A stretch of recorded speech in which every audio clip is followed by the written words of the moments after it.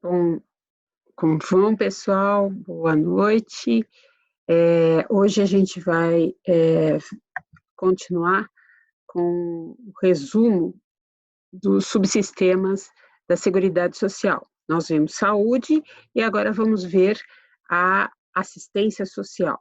Então, a assistência social, como todos nós já percebemos, né?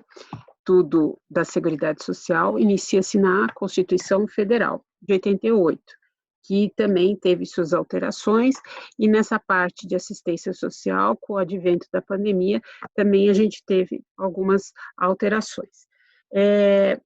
Então, o que a gente tem aqui?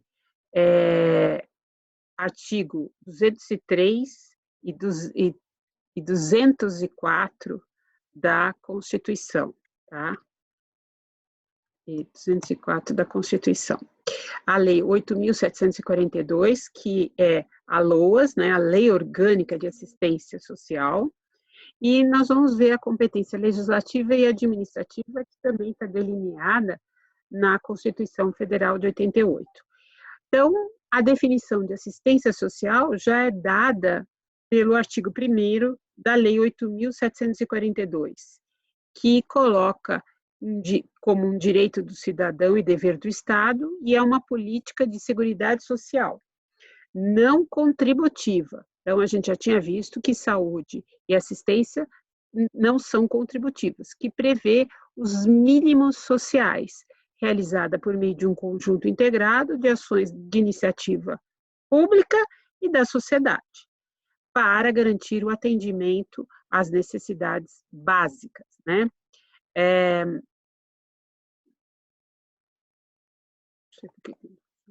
A competência legislativa e administrativa, a gente divide ela em concorrente.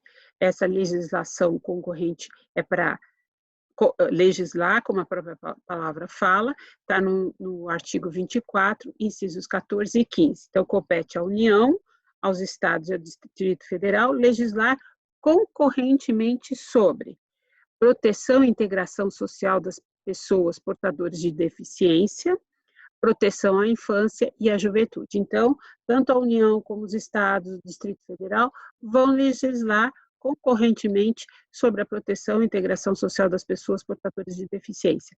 Lembrando-se que a União sempre vai ter uma lei nacional e os estados e o Distrito Federal vão ter também uma lei baseada nessa lei nacional, que é a da União, justamente legislando sobre a proteção das pessoas portadoras de deficiência e proteção à infância e à juventude.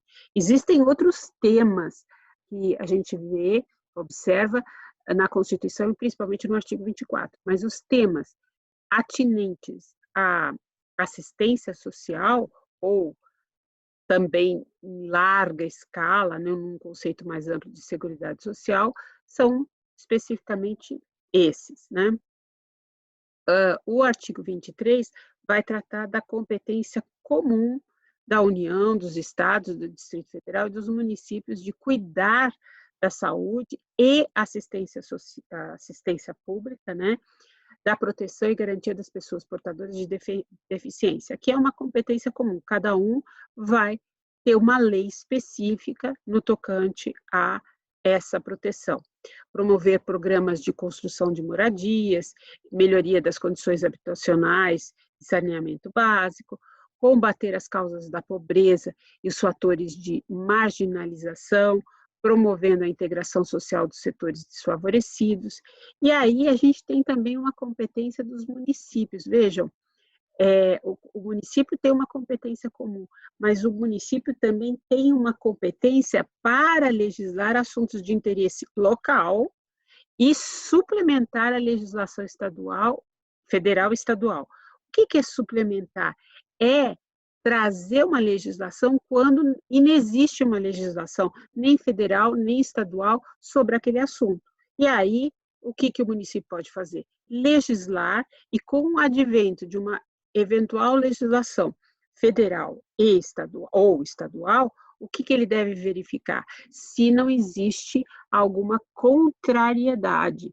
Por quê? Porque aqui existe uma hierarquia. sempre vai prevalecer a federal em relação à municipal e a estadual em relação à municipal, exceto se ambas, né, a federal ou estadual, afrontarem a Constituição. Mas sempre vai ser essa ordem. Então, vejam, o município, na ausência de legislação a respeito, pode suplementar a legislação federal e estadual no que couber. E vai legislar sobre assuntos de interesse local. A gente está verificando aqui que há uma preocupação do legislador em dar garantia às pessoas portadoras de deficiência. E o Brasil demorou muito, já existia uma convenção de Nova York fazendo isso, e a gente vai ver quando a gente tratar de aposentadoria, a aposentadoria do portador de deficiência, que, aliás, a emenda não alterou, permaneceu o que nós tínhamos, que também adveio há pouco tempo.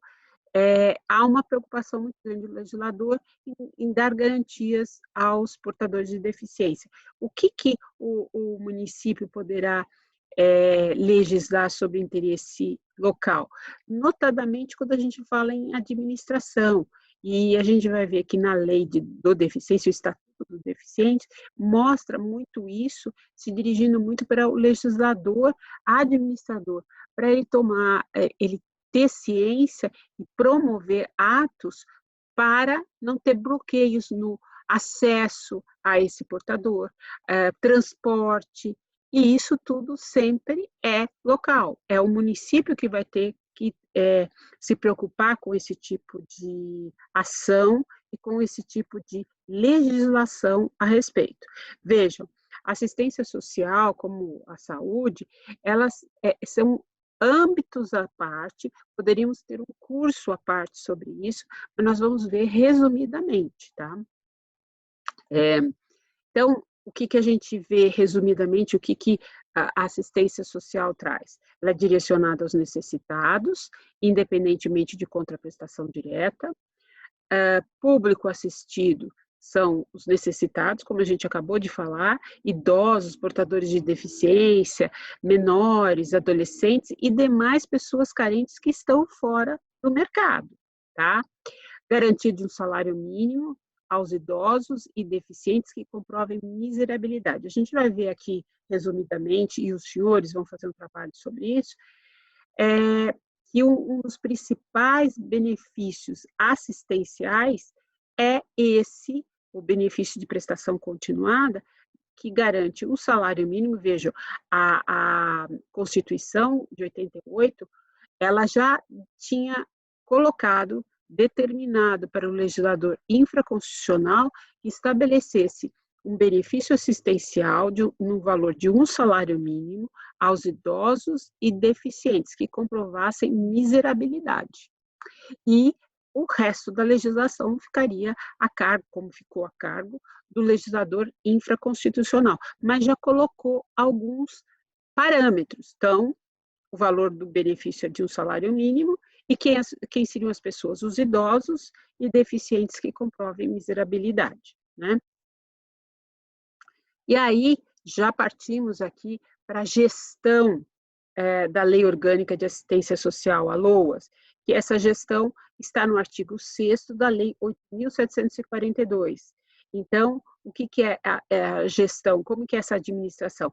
Ações na área de assistência social, que vai ser organizada na forma de um sistema descentralizado e participativo, que vai se chamar Sistema Único de Assistência Social, o SUAS, e que vai ter por objetivos o quê? Consolidar uma gestão compartilhada, cofinanciada. Então, vai ser compartilhada entre os Estados-membros, cofinanciada entre os Estados-membros, a cooperação técnica entre os entes federativos, de modo articulado, que operam a proteção não contributiva, tá? Então, todo mundo vai participar nessa gestão da assistência social. Vai ter uma integração à rede pública e privada de serviços, programas, projetos e benefícios de assistência social na forma que está disciplinada no artigo 6º, certo? Também vai se estabelecer responsabilidades dos entes federativos na organização, regulação, manutenção e expansão das ações de assistência social. Vai se definir os níveis de gestão, respeitadas as diversidades regionais e municipais, né? Implementar a gestão do trabalho e a educação permanente na assistência social. Não pode se só querer dar benefícios, mas tem que ter também uma educação, não um assistencialismo de dar dinheiro, mas de também produzir educação. E isso vai ter outras consequências, né? Estabelecer gestão integrada de serviços e benefícios, afiançar a vigilância socioassistencial e a garantia de direitos, quer dizer, sempre tem que citar à frente se esses benefícios estão sendo bem utilizados e como estão sendo utilizados, né? Então, existe uma gama muito grande a ser realizada, e é o que se propõe a Lei Orgânica de Assistência Social. O artigo 7º, ele traz as ações de assistência social no âmbito das entidades e organizações de assistência social vão obedecer às normas do Conselho Nacional de Assistência Social.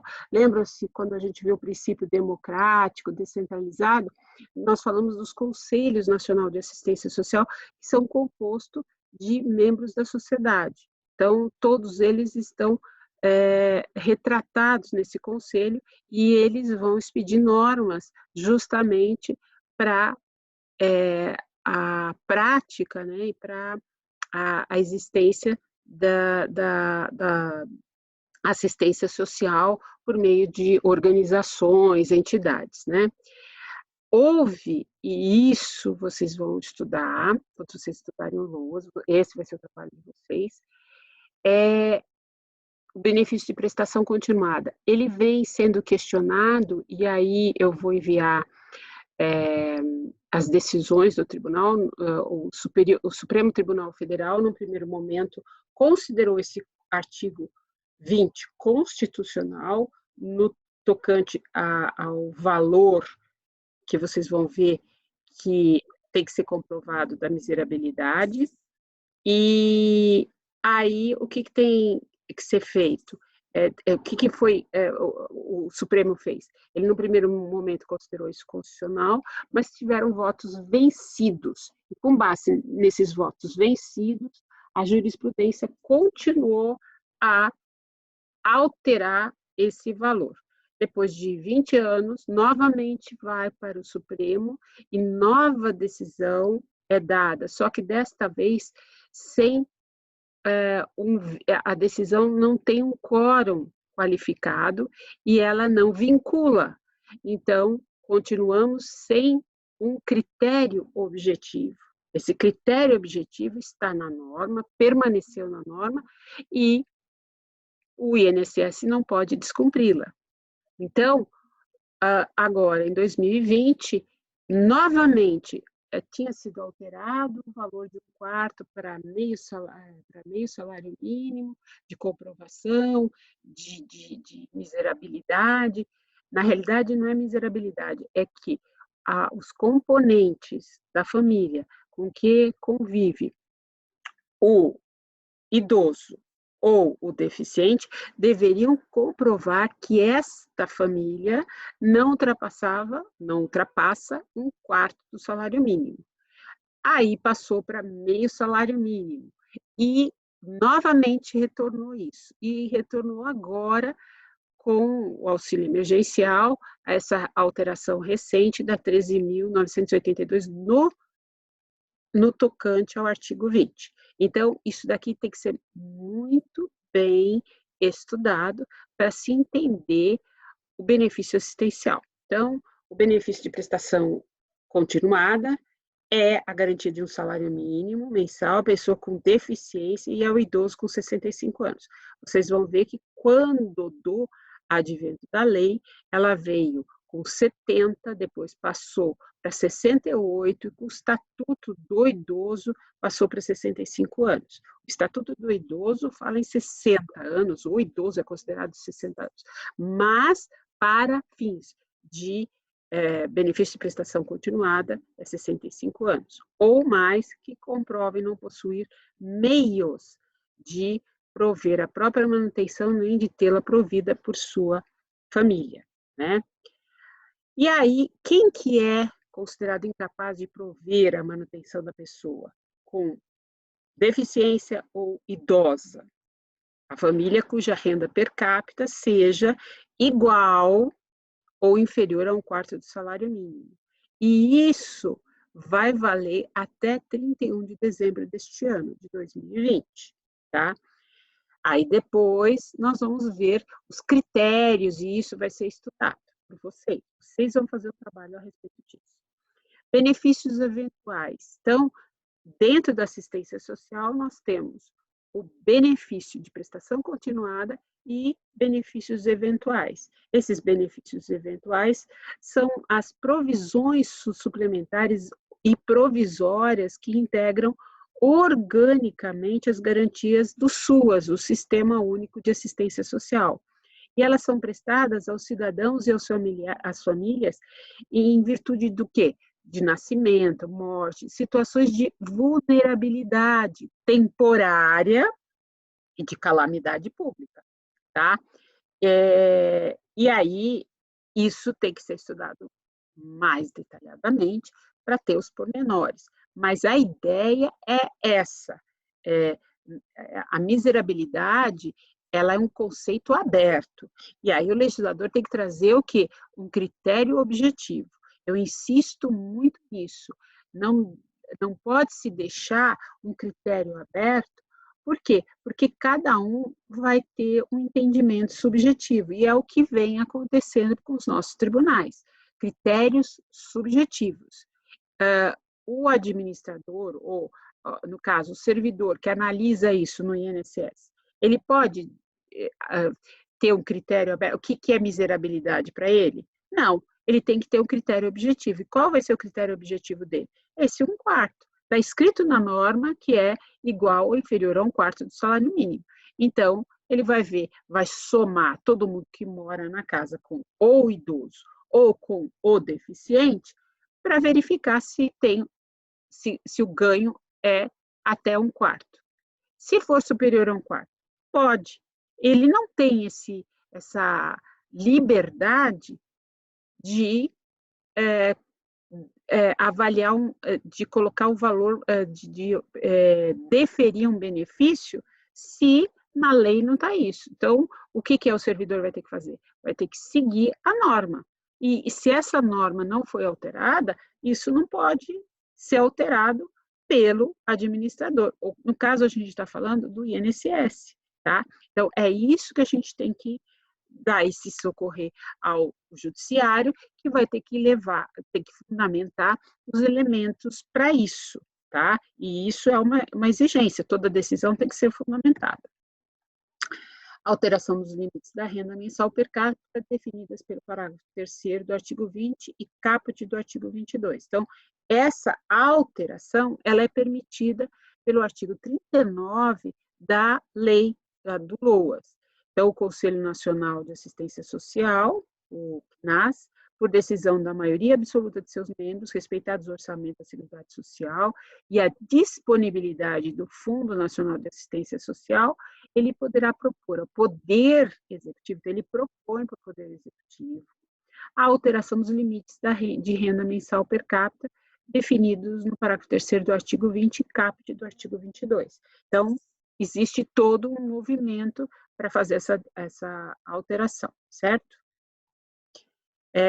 E aí a gente recapitula.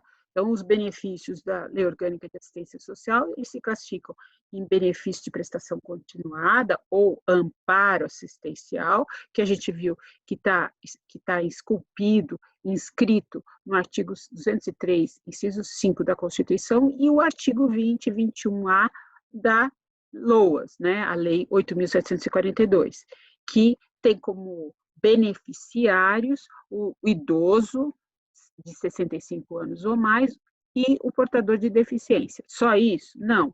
Eles dois devem comprovar a miserabilidade. O critério, essa miserabilidade com critérios objetivos, que estão na norma. Esses critérios que têm que ser muito claros para que não se dê margem a não aplicar igualmente esse benefício assistencial. Porque se tiver uma interpretação subjetiva, cada um, então pode ser que algumas pessoas não são beneficiadas e outras são, tá? Então a gente viu que dentro da assistência social nós temos na Lei Orgânica de Assistência dois tipos de benefício, né? O amparo assistencial e outros benefícios eventuais. Esses benefícios eventuais a gente viu, são as provisões suplementares e provisórias que integram organicamente as garantias do Sistema Único de Assistência Social e são prestadas aos cidadãos e famílias em virtude de situações de vulnerabilidade temporária e calamidade pública. Então, exemplos: auxílio natalidade, auxílio funeral, cuja competência para o pagamento é dos municípios e do Distrito Federal, tá? Esses outros tipos, né? E o valor, a concessão e o valor dos benefícios de que trata o artigo serão definidos pelos estados, Distrito Federal e municípios e previstos nas respectivas leis orçamentárias. Vejam que nada pode ser criado sem estar na lei orçamentária anual, com base em critérios e prazos definidos pelos respectivos conselhos de assistência social, porque a gente viu que são todos integrados, a gente viu a grosso modo, mas a gente viu que todas essas ações, elas têm que ser integradas, certo? E aí eu trago um exemplo mega atual que aconteceu agora e foi uma decisão recente do Supremo Tribunal Federal e que é importante a gente ver aqui a ofensa, não tanto o benefício assistencial, mas aqui é mencionado o benefício assistencial, mas principalmente a ofensa aparente, né, do princípio da isonomia. Então, o plenário referendou medida cautelar em ação civil originária para que a União disponibilize dados que justifiquem a concentração de cortes de benefícios do programa Bolsa Família na região Nordeste, bem assim que, em consonância com o artigo 19, inciso 3 da Constituição, dispense aos inscritos nos estados autores tratamento isonômico em relação aos beneficiários dos demais entes da federação. Além disso, referendou medida para determinar a suspensão de cortes no programa enquanto perdurar o estado de calamidade pública. Esse calamidade pública é agora que nós estamos no problema do coronavírus, né, a pandemia. E assentar que a liberação de recursos para novas inscrições seja uniforme consideradas os estados da federação. Então, o que é aqui, qual é o problema? Os autores ajuizaram uma ação civil originária, quer dizer, diretamente no Supremo, o pedido de tutela provisória para que a União seja compelida a apresentar dados que justifiquem a concentração na região Nordeste de cortes de novos benefícios do programa Bolsa Família. Bom, aqui eu só estou tendo a decisão. O que pode ter acontecido é que se apurou maior número, e sempre se apura o maior número de fraudes no Nordeste. E aí promoveram a ação, porque muitas famílias ficaram sem o programa Bolsa Família. Então, essa é a decisão, porque, na realidade, o que a gente tem é o que foi narrado pelo Supremo. E seja conferido tratamento isonômico aos entes da federação. Bom, o ministro Marco Aurélio, que é o relator desta ação, ao deferir a medida cautelar, reconheceu a competência do Supremo para julgamento da ação. Por quê? Porque a ação foi promovida em face da União Federal e dos estados em polos opostos da lide. E, a par disso, de conflito apto a causar risco à estabilidade do pacto federativo. Por quê? Porque o Nordeste não receberia o Bolsa Família e os outros entes da federação receberiam. Salientou que o programa Bolsa Família é um programa de transferência direta de renda, é isso que eu queria trazer, voltado a famílias de todo o país, de modo a fazer frente à situação de pobreza e vulnerabilidade. Então, é um benefício assistencial. Observou ainda o ministro que o benefício está previsto na Lei 10.836 e não apresenta qualquer restrição atinente à região ou estado. Destacou que não se valora a extrema pobreza conforme a unidade da federação, devendo haver isonomia no tratamento, tendo em conta o objetivo constitucional de erradicação da pobreza e redução das desigualdades sociais, a teor de todos esses dispositivos legais, bem como da Lei 10.836, que trata do benefício de Bolsa Família. Para o ministro, não se pode conceber comportamento discriminatório da União em virtude do local de residência de brasileiros em idêntica condição. Vamos ver, isso aqui é uma liminar, a gente não sabe os argumentos da parte contrária, mas é para trazer aqui a discussão, o conhecimento dos senhores com relação a um benefício assistencial, a União faz parte, porque ela, na realidade, que distribui para todos, né? Mas também tem a responsabilidade dos outros entes da federação. E aqui a gente está vendo também a ofensa aparente, pelo menos reconhecida pelo ministro, de princípio da isonomia, que aparentemente estaria sendo retirado o Bolsa Família de uma determinada região. Devemos ver, né, na íntegra para ver se é realmente isso, ou foi uma ação que aparentemente apresenta isso, porque a gente também tem que tomar cuidado com as fraudes que ocorrem, e ocorrem muitas, tá? Mas é para os senhores terem uma ideia do princípio da isonomia, que já sabemos, e também de um outro benefício assistencial que é muito discutido, Bolsa Família, e que também onde ocorre muitas e muitas fraudes, tá? E aí, resumidamente, a gente parte para a Previdência Social, que ela é contributiva, compulsória, a partir do momento que se exerce uma atividade laboral, é a compulsoriedade do quê? Da contribuição, da seguridade, da contribuição social. Filiação prévia, né?